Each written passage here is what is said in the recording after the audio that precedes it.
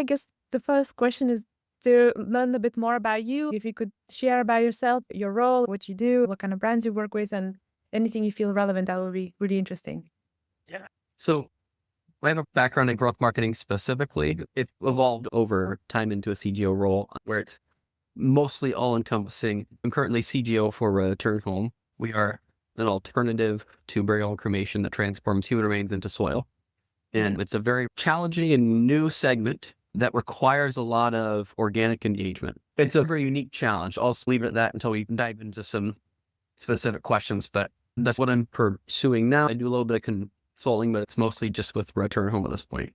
Okay, makes sense. I heard that sector has a lot of cultural nuances. Yes. Yeah, and I suppose given the focus of organic growth and the future of organic, when was the last time you had to implement organic growth as the basis of growth strategy? Could you talk more about that?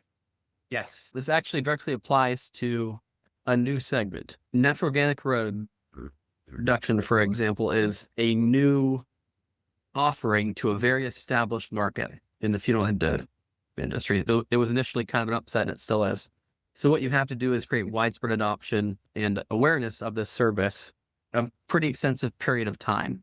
You could do it, if the company has a bunch of VC backing and has a lot of funding, you could do a lot of paid top of funnel to bring in a lot of that awareness. But to be as cost effective as you possibly can, and with how intriguing this, we over the past three and a half years, due to a lot of the very, very passionate staff here, founders, were able to implement a very intense organic top of funnel strategy. If you look at our socials, our TikTok has 660,000 followers. And we have a single video that over two platforms is around 100 million views. We do videos over 1 million views fairly commonly. We've seen effectiveness. What that comes down to is that has to be a channel. So you'll have spurts of viral content. You need to make sure to maintain consistency. And that's something you can do with paid top of funnel. It's more targeted. You get a lot of, the majority of your audience is very low intent. When you have viral spurts, they're curious. They're not interested. So it's something that it's been an effective channel for us over this bit of time, but yeah, we create very intriguing content, whether that's emotional or process driven, to where people can actually dig deeper into what this is. It's something that the staff here has been very effective at doing. Makes sense. Okay, interesting. Are there any other steps with this process? What steps did you take? The steps we take when it comes from strategy to execution on that end. Yeah, yeah. Okay. Yeah, so a lot of it first was just let's put out as much content as we possibly can with what we think will work. We see what sticks and what doesn't.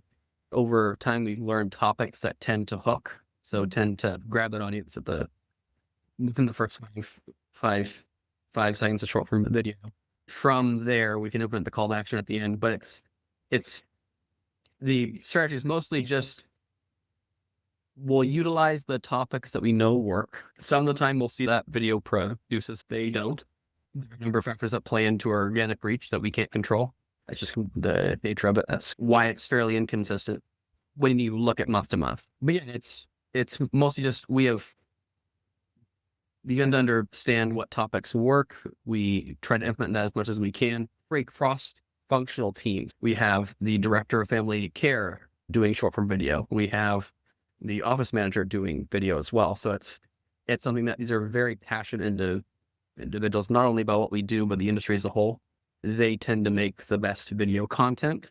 Just being able to make sure you have the resources they need to be able to effectively make content is huge, but it kind of comes naturally to them. The person who actually pitched it was one of the first employees here, and just kind of went from there. No other funeral home had really utilized social media to our extent. That employee kind of kicked it off, and we all just kind of capitalized on it from there. That's amazing. Yeah, we see that a lot with the old school sectors, so it makes sense. And what's the most difficult in that process? The most difficult would be lack of consistency. You'll see spurts where we have a video that has 1 to 10 million views plus, and then you'll have a month where we have a bunch of 10,000 view videos. So it comes in spurts. Our organic is fairly strong given how new our company is. So that's also channel 4 is more topic specific, so it's slightly higher intent. You tend to see better metrics on page with that.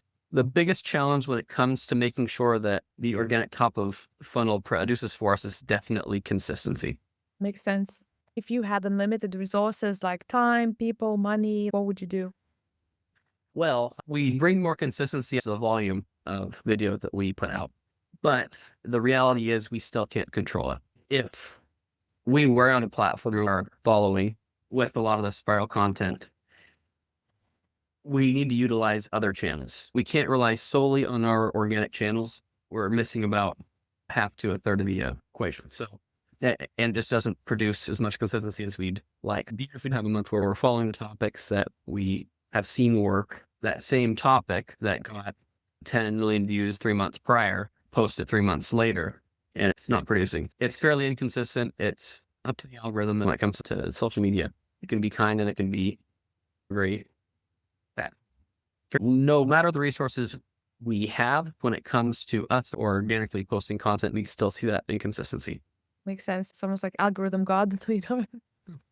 While we're on this subject, is there anything else you would add or share? Like, To organic growth, we'll definitely see a huge shift to thought leadership content marketing over this next bit of time. It's just very clear that's going to happen. We're seeing even organic search because of the utilization of AI.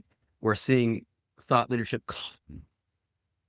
content tend to be favored in a way by Google. So they're starting to focus more on it actually having a personality, a little bit of a motion and opinion rather than just raw facts. It's like, I think many people have heard of this. I think it was HubSpot, their organic search after this recent stint with the Google algorithm update in December of last year, their organic growth, their organic search dropped right around 70 or 80% because of that. So it's just something that we're definitely seeing a shift towards opinion, thought leadership content for brands will play out the personality of your brand. That's interesting. cool. We'll see a pretty wide focus on that. I think social media can continue to be utilized. I think influencer marketing is huge. That's a channel we plan to utilize over this next bit of time. I don't think for most brands it's going to be the sole channel of growth. Mhm. Okay, yeah, that's really interesting. That's for sure very insightful. Like, I don't think we've had that before. And it makes sense. You're like a CGO, so you would know like a lot of that nuance. I guess the open-ended questions ends here, I suppose.